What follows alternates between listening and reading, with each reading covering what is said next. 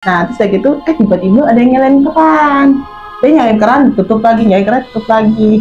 Ya panggil-panggil dong nih, karena teman-temannya pada ngerjain awalnya. Ternyata gak ada siapa-siapa. Nah dari itu pulang bareng sama kita jam 11 malam. Nah posisinya itu kos-kosan itu nggak dinyalain lampunya. Nah itu di situ tuh pas gue buka pintu gue ngeliat ada kakek-kakek bungkuk begini, tapi dia pakai sarung selempang gitu kan, selempangin gitu kan. Nah di situ tuh gue sering, kaki gue tuh ada yang narik. Malam selanjutnya tuh kaki gue ada yang narik. Itu bener, gue sampai merinding gue tuh.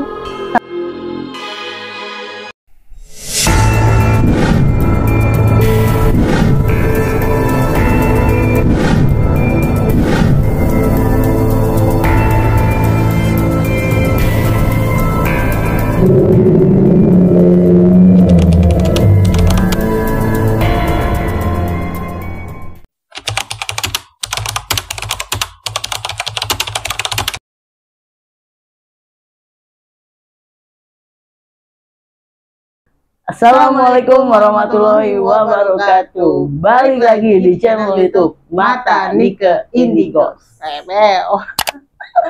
Oke guys, kali ini kita akan dengar cerita dari Kanenden yang kebetulan memang posisinya Kanenden ini punya pengalaman horor ya kak? Iya. Itu di mana deh? Waktu di Cimahi. Di Cimahi. Itu posisinya lagi apa? Gue lagi PKL.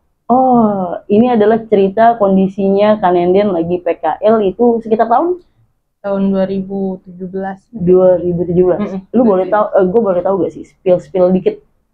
Itu gue ceritanya di situ tuh gue baru-barunya peka sama hal-hal kayak begituan.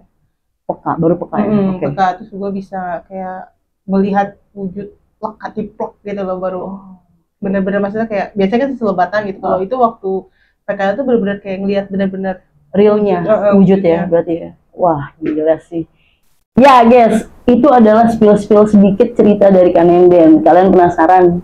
Jangan kemana-mana. Sebelum kita lanjut ceritanya, ada baiknya kalian jangan lupa subscribe, like, comment, and share. Oke, jangan lupa juga untuk kalau yang punya tempat atau punya cerita horor, boleh rekomendasiin ke kita. Ya, kalian bisa DM di TikTok dan di IG Mata Nike Indigo. Di bawah sini ya guys ya. Yes, ada nanti di sini. Oke, jangan lama-lama, kita lanjut cerita Kanenden karena jujur gue penasaran banget nih. Ini first time gue denger cerita Kanenden yang soal cerita PKL itu ya. Iya. Oke. Lanjut. Iya, jadi gini nih Kak. Waktu itu kan gue 2017 gue tuh PKL di daerah Cimahi. Nah di situ tuh gue ngekos sama teman-teman gue itu situ 6 orang kurang lebih. 5 cewek 1 cowok. Nah di situ tuh kita tuh pas awal PKL tuh biasa aja nih awalnya nih, nggak ada gangguan atau apalah gitu ibaratnya kan. Gue kan selama PKL tuh kalau nggak salah dulu 3 bulan ya di Cimahi itu. Nah terus jadi kamarnya tuh ada 6 kalau nggak salah. Ada 6 kamar dan itu semua isi semua. Jadi yang kosong tuh cuma yang gue tempatin sama teman-teman gue ini. Nah temen gue satu kamarnya 3 orang dan gue satu kamarnya 2 orang. Nah waktu itu di situ tuh katanya dibilangnya, kata kakak kelas kita yang dulu pernah kos, katanya kalian hati-hati ya, katanya jangan ambil kamar yang deket toren. Kebetulan kamar gue itu deket toren dan atasnya itu bukan atas, sampingnya tuh tangga buat ke atas buat kayak ngejemur gitu, kayak dakan gitu di atas kosan gitu. Berarti ini tingkat ya? Tapi tangganya di luar ya, bukan di dalam. Oke. Nah abis itu di situ tuh kita awal pertama PKL kita ke lembaga dong, karena tempat PKL sama tempat kita ngekos itu cuma jaraknya tuh kalau jalan kaki itu sekitar 5 menit lah. Oke. Nah abis itu malamnya tuh kita pulang malam dan kita posisinya lupa untuk nyalain lampu di kosan. Nah pas masuk ke kosan awalnya masih biasa tuh, masih gue nggak gubris lah gitu, ibaratnya gue ngeliat orang tapi gue nggak gubris, gue mikirnya oh mungkin gue kecapean. Itu posisinya gue pulang jam 9 malam. Nah hari-hari berikutnya masih biasa aja. Pas udah seminggu di sana, kok gue ngerasa aneh karena di kamar kosan gue itu ada jendela, yang jendela kecil tapi yang mengarah ke arah toren yang tangga toren itu. Jadi posisi kamar lu ini ada jendela yang menghadap ke toren. Jadi posisinya kan dia panjang gitu kan kalau kos-kosan kan, kamar. Nah temen gue yang cowok itu tidurnya tuh di luar pakai ranjang. Nah di situ tuh awal mulanya tuh kita bercanda. Awal mula itunya tuh penampakannya itu kita bercanda, teman kita lagi di kamar mandi. Nah teman gua kita sebut aja namanya si Ani ya. Si Ani ini lagi nyuci baju di kamar mandi. Jadi kamar mandi cuci sama kamar mandi itu beda. Bisa, tapi sampingan. Sampingan, Nah si Ani lagi nyuci. Nah si Ita ini lagi mandi. Jadi dua teman gue nih. Dua teman ya. Si Ani ini bercanda lah, ngetok-ngetok pintu. Terus sama si Ita dipanggil, nih katanya gitu. Nah si Ita ini gak ngejawab, diem aja malah kayak orang nakut-nakutin. Nah si Ita ini habis mandi langsung keluar. Nah karena di posisi di kosan itu cuman kita berlima, temen gue juga lagi nggak ada, yang kos-kos lain juga lagi nggak ada, anak-anak kos lain. Nah, dia lari lah keluar pakai anduk. Terus kata dia, itu apa? Kata dia gitu. Nah ternyata si temen gue itu, si Ani itu dia cerita, iya dia kerjain. Adalah, malam berikutnya si Ani ini gantian dia mandi tengah malam. Ani ini yang tadi, sorry ya, ini Ani ini yang tadi nyuci ya? Iya. Yang ngerjain temen lu nih ya? Nah dia ceritanya dia nyuci lah sama mandi tengah malam di kamar mandi, buat mandi tapi nyucinya. Nah terus kayak gitu, tiba-tiba ada yang nyalain keran. Posisinya kita pada di kamar semua. Itu posisinya jam 11 sampai jam 12 malam gitu. Dia nyalain keran, tutup lagi, nyalain keran, tutup lagi. Ya panggil-panggil loh nih, karena teman-temannya pada ngerjain awalnya. Ternyata gak ada siapa-siapa. Nah dia pikir ada suara batu cowok. Dia pikir itu tetangga kos yang lain. Bilang aja lah si AA. Dikira si A itu lagi udah pulang nih mau mandi, karena dia emang pulangnya setiap jam 12 malam, jam setengah 1 gitu baru pulang kan, namanya kerja di counter. Nah terus udah gitu abis itu si Ani ini kok gak ada suaranya dipanggil-panggil. Nah, udahlah dia udah gitu buru-buru mandi beres cucinya, akhirnya dia masuklah ke kamar. Nah dia lihat temen-temennya pada tidur katanya. Terus udah gitu besok pagi dia penasaran dong.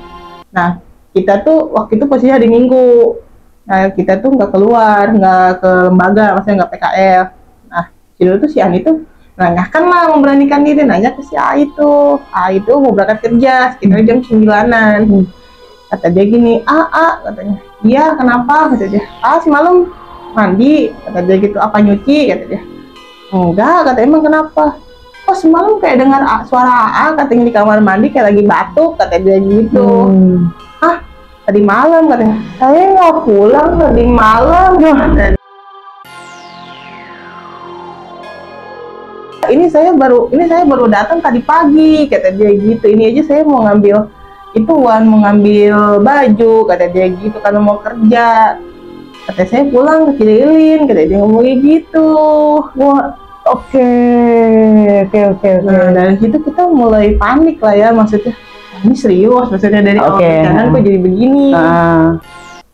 Nah terus udah jalan sebulan di situ, kurang lebih sebulan deh kalau nggak salah. Nah di situ tuh kita tuh sempet kayak sakit gitu. Nah terutama gue tuh sempet sakit. Nah jadi sakitnya tuh bertahap gitu. Jadi temen gue si Ani itu ya sakit. Habis si Ani terus si Ita, habis si Ita terus baru gue.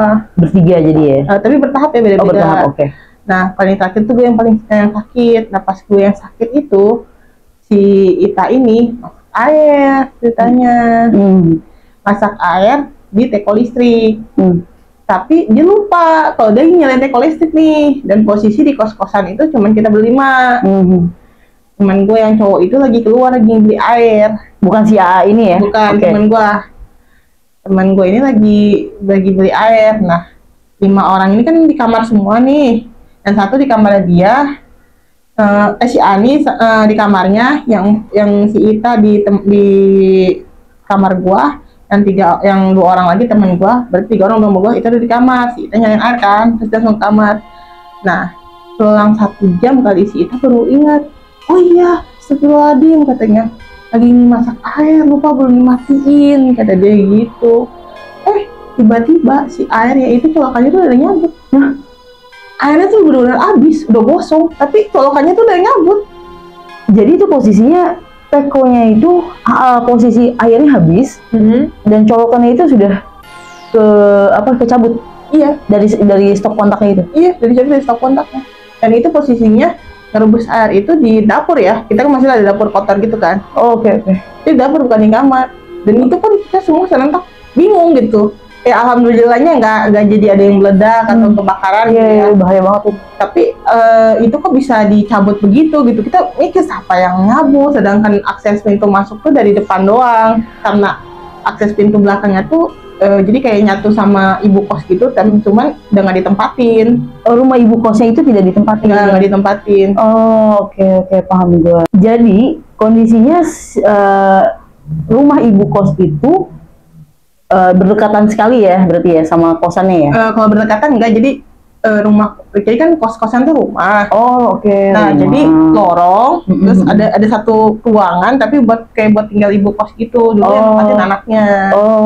Cuman anaknya semenjak menikah, terus punya istrinya kan lagi hamil kan, nggak mungkin tinggal di tempat yang kecil, jadi dia pindah dulu sementara. Oke, jadi kondisinya itu pas teko listriknya cabut dari saklarnya itu bener-bener itu cuman tim lu doang ya? Iya, nggak ada orang lain ya? Orang kita sampai penasaran, ibu, kita nanya kan waktu itu bu kosnya datang, ibu ada kesini nggak kemarin? Nggak ada, katanya saya nggak ada kesini, emang kenapa? Oh nggak apa-apa, kita bilang nggak apa-apa, takutnya kan diomelin kan, gitu. Oh nggak apa-apa bu, cuma nanya doang gitu. Nah kita tuh bingung tuh, terang-terang tuh. Nah sampai waktu almarhum kakek mau meninggal. Nah itu tuh, dari situ lah gue sempet ditampakin sama sosok-sosok. Nah gue juga bingung ya maksudnya itu apa ya. Cuman waktu itu kita pernah ngejak laporan, pulang laporan buat laporan PKL gitu buat di sekolah. Itu posisi 1,5 bulan berarti kita di situ. Nah itu si kakek dari gue tuh meninggal kan, si bapak. Kita manggil Bapak Ki ya. Bapak Ki itu meninggal. Nah, posisinya lagi sakit. Nah, kita tuh setiap pulang tuh kan selalu malam ya.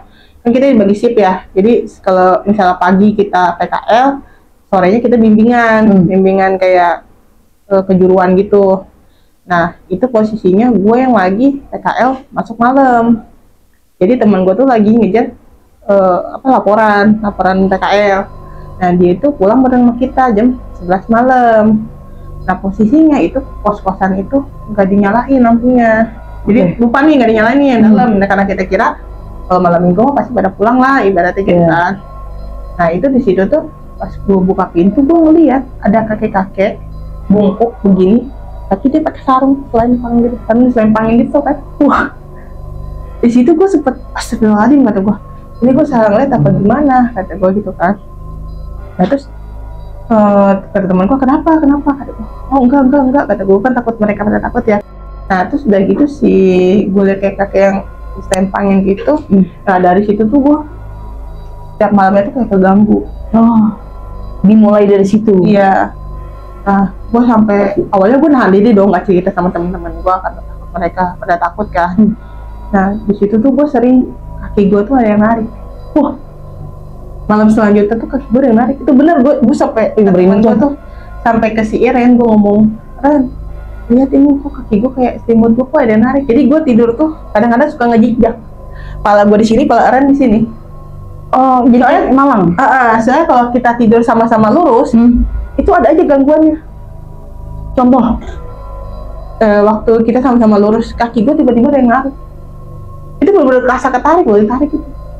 Jadi ditarik diseret gini? Iya, begini nih, digituin, diginiin tuh. Itu bener-bener kerasa loh kaki gue. Gue sampai kaget, astagfirullahaladzim, kata gue ini kenapa? Kata gue lagi gue pada nyeret. Itu jadi setiap malam. Nah terus udah gitu, abis itu gue sering lihat di jendela itu kayak ada orang jalan. Jadi kan jendelanya kan ditutupan sama sarang nyamuk itu kan. Ditutup air kan masih agak-agak kelihatan transparan gitu lah ibaratnya. Nah terus suka dengar ada orang naik sama ada kayak bayangan orang. Nah itu posisinya yang di dekat orang gitu ya? Iya, dekat orang. Oh, jadi jendela itu benar-benar ngadep ke orang. Nah terus udah gitu kan di kamar gue tuh kayak ada tembok, tembok disisain spasi gitu kayak buat taruh barang kali ya, mungkin di situ nyaman niatnya. Nah di situ tuh kadang suka ngeliat kayak ada orang gitu. Itu bentuknya orang nih? Iya, orang. Makanya kadang kata gue, udah lah Ren, ibarat kita tidurnya ngejejak aja, lu kepala madep ke sono, gue madep sini lah kepala gue, maksudnya jadi kita ketemu kaki juga. Oh iya, gitu. itu posisinya ya lu mengantisipasi sesuatunya lah ya. Soalnya kalau kita tidurnya sama-sama bareng begini, masih ada aja lah gangguannya, kata gue gitu. Kadang di di pelapon suka ada yang lari guduk, padahal di situ nggak ada tikus. Itu oke. Berarti dengan kata lain kosan itu angker gak sih? Kalau disebut angker sih nggak tahu juga ya, cuman kalau kata ibu kos sih katanya cuman baru pengalaman ini baru gua doang yang ngalamin. Kalau pengalaman yang lain enggak, katanya ya. Oke. Nah terus udah gitu di situ tuh sempet waktu itu, jadi kita tuh pulang malam dan posisi di seberang kamar gua tuh ada orang yang baru pindah keluar atau masuk? Masuk. Oke, masuk. Nah terus kayak gitu dia kan, jadi kan satu hari itu orang itu keluar masuk lagi baru gitu. Nah kebetulan yang orang baru itu temennya si AA ini. Oh ya. Nah kerjanya sama teman-teman di counter. Jadi si AA ini kalau tidur tuh selalu malam. Dia selalu main bukan ML, kalau dulu main COC. Nah terus si AA ini ngomong gini katanya, di sini pada tidur jam berapa katanya. Jam 10 juga udah pada tidur gitu. Soalnya kan paginya itu kan, oh ya udah saya main game gak apa-apa ya, kata dia. Oh nggak apa-apa asal jangan berisik, kata kita gitu. Nah terus si A ini kebetulan kamar itu depan-depan sama gua. Jadi hadap-hadapan ya. Depan kan, jadi posisi kamar kan emang ada depan kan. Nah si A ini depan. Nah waktu itu si A ini sempat ngedengar kayak orang di kamar mandi gitu, kata dia gitu kan. Tapi arahnya tuh dari kamar yang kosong itu, yang rumahnya ibu kos itu. Jadi dia betulnya kayak kamar gitu loh, bukan kayak rumah. Iya. Yang punya ibu kos itu. Paham. Biar nggak bingung kan, yang satu namanya AA. Nah ini kita panggilnya namanya Galang ya. Mana ini. Nah Galang ini dengar ada orang yang nyuci, katanya posisinya di situ di kamar mandi itu, tapi dengarnya dari arah dari rumahnya bu kos itu. Kamar mandinya itu yang ada kejadian yang ketok-ketok itu bukan? Itu juga cuma dua. Cuma dua itu aja berarti? Itu doang. Oh, jadi si Galang ini ngedenger ada orang yang nyuci di kamar mandi itu, sedangkan posisi kalian tidur? Iya. Nah, paginya dia nanya, dia kan manggil gua Neng ya. Neng katanya ada yang nyuci nggak? Kata dia semalam nggak ada. Emang kenapa? Itu yang di situ katanya ada yang nyuci nggak sih? Katanya maksudnya ke kamarnya. Itu nggak ada. Emang kenapa? Itu kok saya dengar ada suara nyuci ya, kata dia gitu. Nah, singkat cerita, gue sakit lagi. Ternyata nggak lama dapat kabar Babaki meninggal. Nah, pas akhir mau PKL itu pas mau berarti udah 2 bulan, berarti mau ke 3 bulan. Nah itu tuh gue kan lagi ngejar laporannya, karena laporan gue tuh hilang, flashdisknya tuh di flashdisk taruh hilang. Nah gue ngejar laporan 2 hari. Nah gue pulang selalu malam dari tempat PKL lu ini. Nah waktu itu malam minggu pokoknya kita tuh banyak waktu tuh cuma malam minggu sama minggu doang. Nah malam minggu tuh kita sampai di lembaga tuh pulang jam 00 kalau nggak salah, jam 12-an lah ya. Jam 12-an. Nah di situ tuh posisinya emang lembaga tuh udah pada tutup ya, udah pada dimatiin. Nah kita tuh udah matiin semua komputer. Nah jadi kan dia kan 4 lantai. Nah gue tuh habis dari lantai atas, di paling atas tuh tempat kayak musola sama kayak ada yang jaga juga di situ. Sorry, tadi ada berapa lantai? 4. Nah di situ tuh gue sempat main di atas dulu di tempatnya si yang penjaga itu. Nah gue turun dong pulang ke teman-teman gue. Nah sebelum pulang tuh si penjaga itu bilang katanya, hati-hati ya katanya pulangnya, katanya gitu. Jangan nengok-nengok katanya gitu ke ruangan. Kata penjaga ini? Wah, gue udah mulai merinding nih coy. terus udah gitu, gua kenapa, kata gua, Pak, kata ya, udah nggak apa-apa, dengerin aja, jangan tengok, kayak gitu. Nah terus gue tanya, emang kenapa Pak, udah nggak apa-apa, kata dia. Nah di situ tuh kan kita kan semuanya ada di situ ya, berenam ya, abis itu yang full tim nih ya berarti, abis benerin laporan. Nah terus kita turun dong, turun dianterin sama dia tuh, dia penyanyi 2 orang nih, dianterin. Nah terus pas di lantai ketiga kok rasanya beda, kata gue gitu. Emang lantai 3 tuh emang yang paling wow lah ibaratnya lantai lain. Nah lantai 3 itu lantai yang paling serem di antara lantai-lantai lain. Dan dari situ dia ada 2 ruangan. Nah yang satu itu tempat kayak, jadi buat jelasin ya, jadi lembaga di situ tuh ya buat kayak kuliah, tapi kuliah kejuruan gitu loh. Oh ya. Kita sebutnya untuk tempat apa ya? Kayak kursus lah ya, tempat kursus. Ya. Jadi gini gengs, yang tempat PKL Nenden ini adalah semacam kayak tempat kursus di daerah Cimahi ya, Nenden ya. Ya. Gitu kan. Oke lanjut. Nah terus kayak gitu, gue ngeliat infokusnya tuh kok kayak nyala gitu. Sorry, infokus. Proyektor kali ya? Iya. Oh mungkin ya, oke. Nah itu kok kayak nyala, padahal posisinya udah dimatiin. Nah, terus mungkin karena gue ingat pesannya nggak boleh tengok. Nah ya udah gue jalan aja. Nah itu posisinya di ruangan paling ujung. Jadi kita tangga. Berarti lu ada cahaya gitu dong? Ini kan tangga, ruangannya kan sebelah situ. Dari sini kan ruangan. Nah jadi kan kalau kita mau turun begini kan kita kan agak kelihatan gitu nih kan. Nah, karena dia ada 2 begini ya, ruangannya ya. Oke. Nah itu gue nggak maksudnya gue gubris gitu, gue langsung turun ke bawah. Nah pas di lantai 2 agak adem tuh, karena sering dipakai kan ruangan-ruangannya. Nah pas di lantai ke 1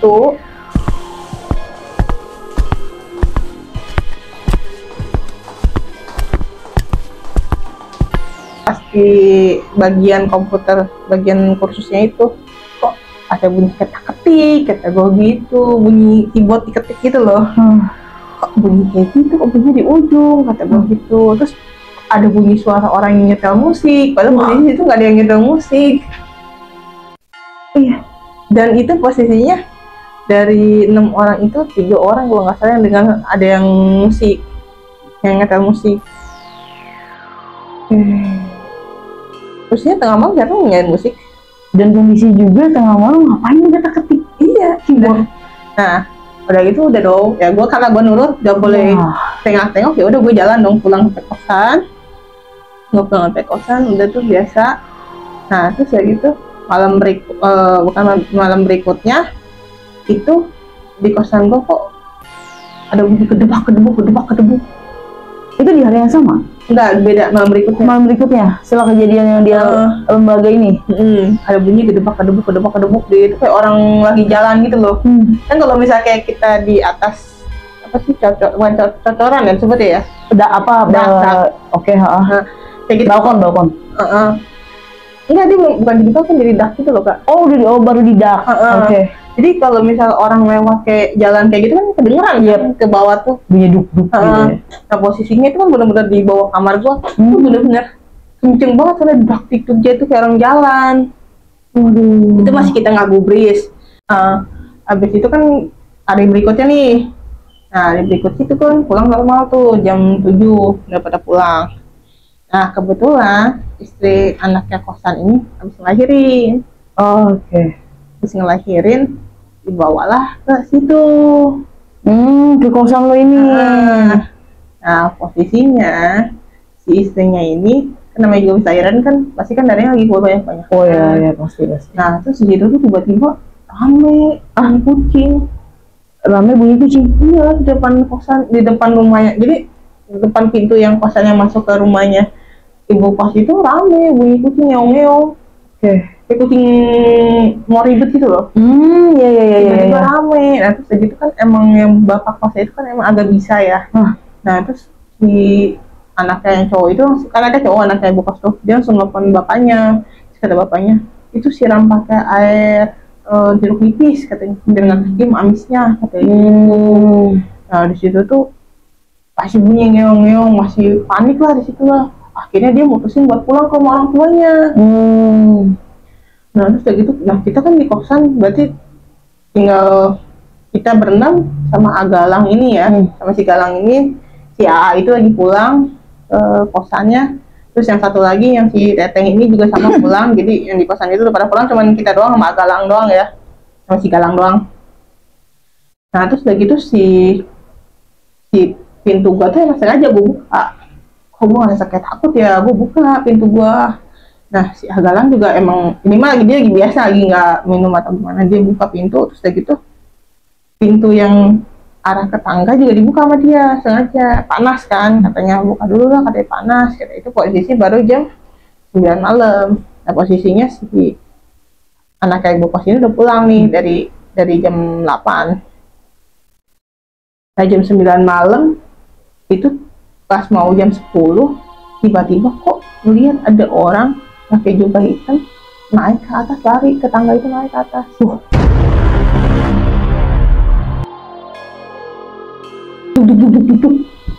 Kaget dong temen gue, pada main VOC kaget dong si Agalang sama si temen gue ini yang cowok. Itu apaan, katanya, dikira maling, masuk ke situ ngumpet di atas.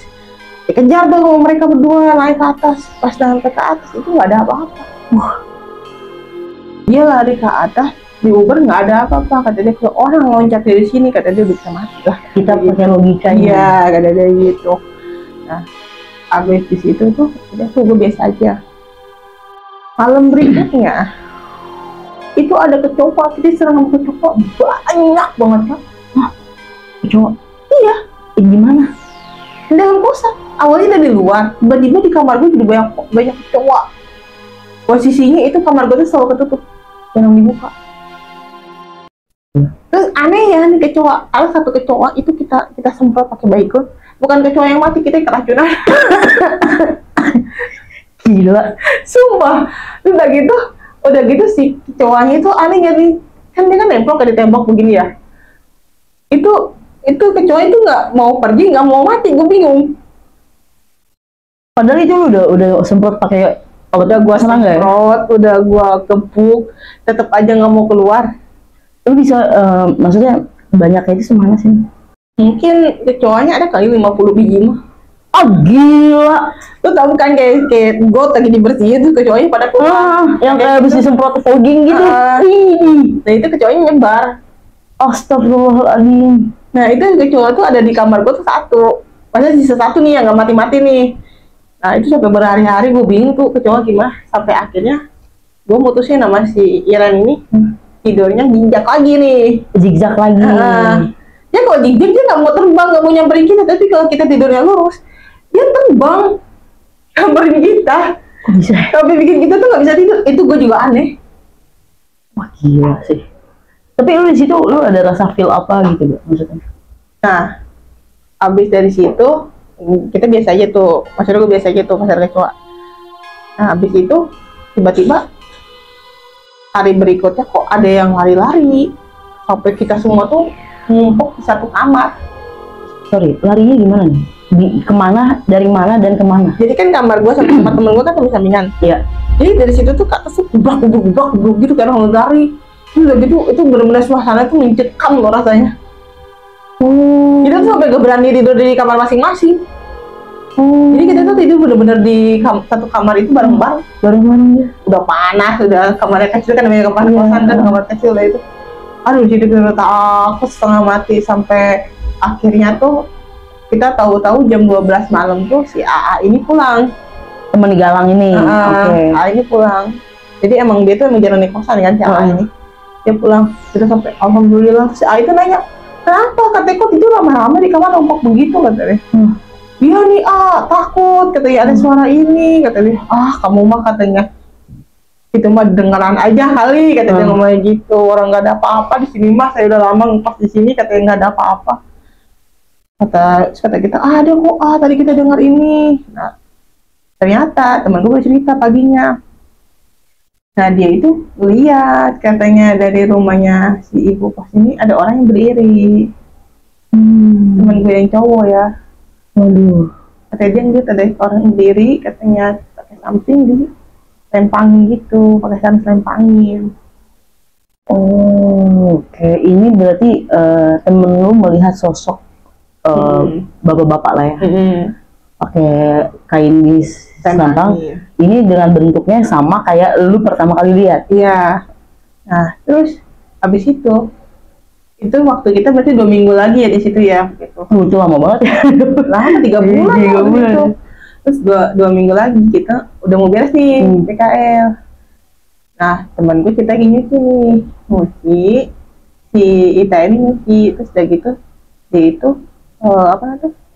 Ngejemurnya tuh pas maghrib. Pas mau masuk maghrib, naik ke atas, ya naik ke atas. Turun dari situ, kakinya tiba-tiba sakit katanya.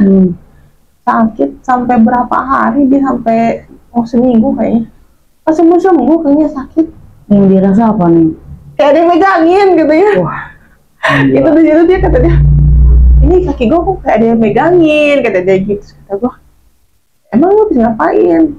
Iya nyuci, kata dia ngejemur sama si Iren katanya di atas. Nah itu udah mau masuk maghrib, pas turun kok kakinya sakit, kata dia gitu. Taunya emang ada yang megangin. Itu sampai kalian selesai? Enggak, sampai berarti seminggu lagi sebelum beres PKL. Nah akhirnya dia yang ngaji lagi kayak gitu. Nah, akhirnya mungkin lepas itu yang kali makhluknya atau gimana. Nah itu, abis itu kan seminggu lagi. Nah kita beranilah cerita sama ibu kos. Akhirnya kalian membuka suara nih ya.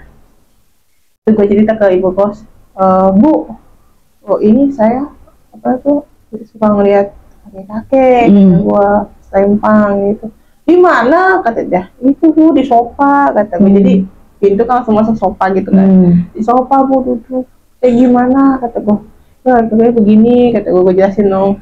Terus kita sering dengar ini, sering hal-hal mistisnya itu kita ceritain. Si ibunya itu Pak, cuman kalian doang katanya yang baru kayak gini, yang lain mah nggak pernah ngomong kayak gitu. Nah sampai akhirnya lama-lama kita bercerita, akhirnya dia ngomong juga ibu kosnya.